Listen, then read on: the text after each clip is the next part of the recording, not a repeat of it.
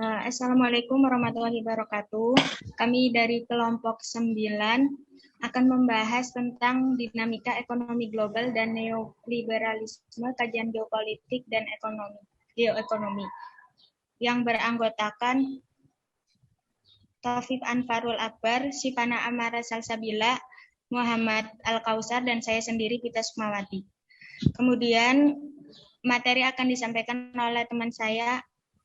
Kepadanya saya persilahkan.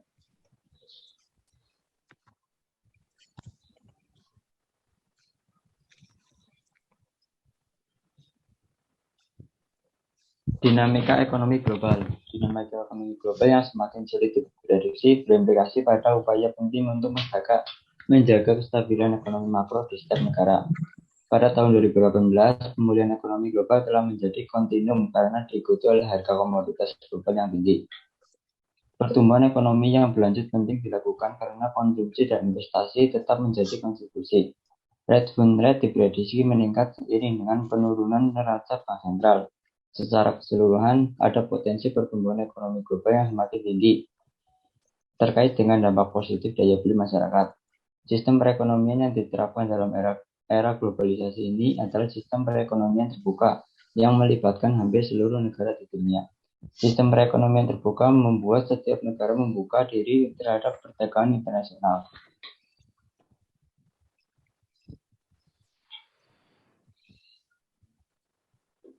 Kesiapan Indonesia dalam menghadapi ekonomi global. Gejolak moneter di negara-negara maju dan geopolitik keamanan global berpotensi menimbulkan risiko pada negara berkembang, termasuk Indonesia. Risiko tersebut antara lain menciptakan volatilitas pasar, depresiasi nilai kurs rupiah, penurunan arus modal masuk atau modal asing berpeluang keluar secara besar-besaran, dan naiknya imbal hasil SPN. Sentimen dinamika perekonomian global menjadi tantangan bagi Indonesia karena akan berimbas pada langkah kebijakan yang akan ditempuh pemerintah. Meskipun tidak bisa mengontrol kondisi global, Indonesia bisa mempersiapkan kebijakan sebagai respon perkembangan global. Belajar dari pengalaman taper tantrum yang dialami Indonesia pada tahun 2013, kondisi fundamental ekonomi Indonesia kini lebih baik dan bisa menjadi bantalan dampak tapering off.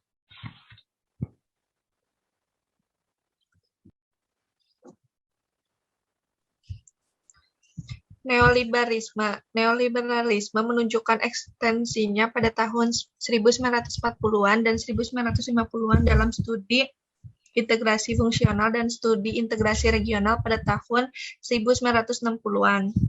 Pada tahun 1970-an, studi neoliberalisme meluas hingga transnasionalisme dan interdependensi kompleks dalam mencapai loyalitas dan diserahkan sebagai kepada kedaulatan untuk menciptakan komunitas yang mendorong pertumbuhan ekonomi dan merespon isu-isu regional. Oleh sebab itu, neoliberalisme merupakan pemikiran yang menekankan pada dampak kegiatan lintas batas dan ekonomi politik internasional yang tengah berkembang dan ditandai dengan globalisasi yang memberi dasar bagi liberalisme sosiologis.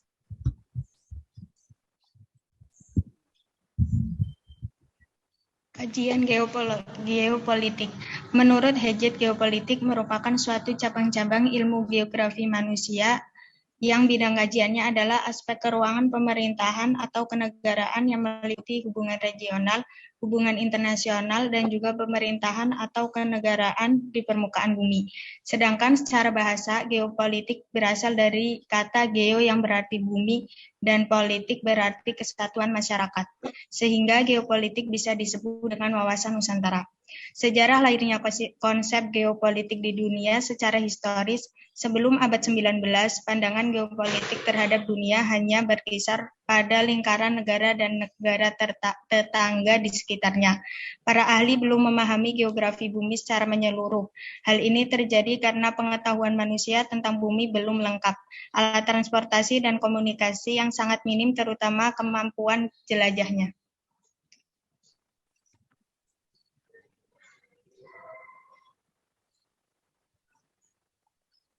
Next.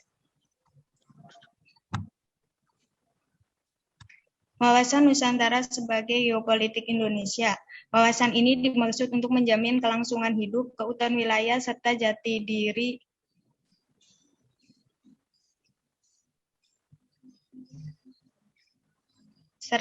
diri kehidupan suatu bangsa dan negara senantiasa dipengaruhi oleh perkembangan lingkungan strategis. Karena itu, wawasan harus mampu memberi inspirasi pada suatu bangsa dalam menghadapi berbagai hambatan dan tantangan yang ditimbulkan oleh lingkungan strategis dalam mengejar kejayaannya. Konsep geopolitik yang pertama, konsep persatuan dan kesatuan, mengandung makna segenap komponen bangsa untuk bersatu padu di dalam wilayah Kepulauan NKRI. Yang kedua, konsep Bhinneka Tunggal Ika, mengajak segenap komponen bangsa bahwa keanekaragaman adalah untuk memajukan. Yang ketiga, konsep kebangsaan, mengajak segenap komponen bangsa untuk memiliki persepsi yang sama tentang kebangsaan Indonesia. Dan yang keempat, konsep negara kebangsaan, menggugah kesadaran segenap untuk memiliki negara kebangsaan.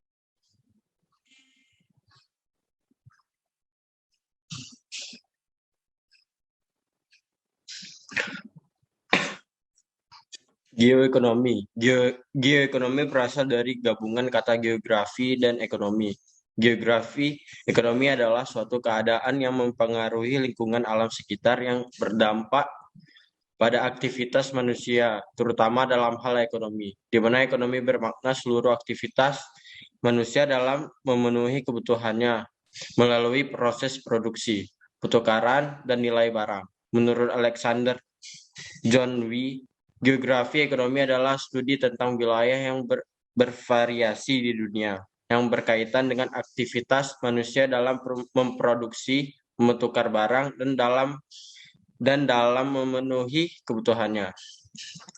Geoekonomi membahas tentang ekonomi wilayah, yang terdapat aktivitas ekonomi manusia dengan aspek-aspek keruangan berupa struktur ekonomi masyarakat dalam suatu negara, seperti bidang pertanian, perdagangan, transportasi, dan jasa.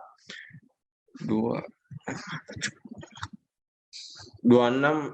dapat dikatakan geoekonomi juga merupakan penghubung antara geografi dan ekonomi, di mana dalam artinya sebagai faktor ekonomi dan geografi yang di dalamnya berkaitan dengan perdagangan internasional.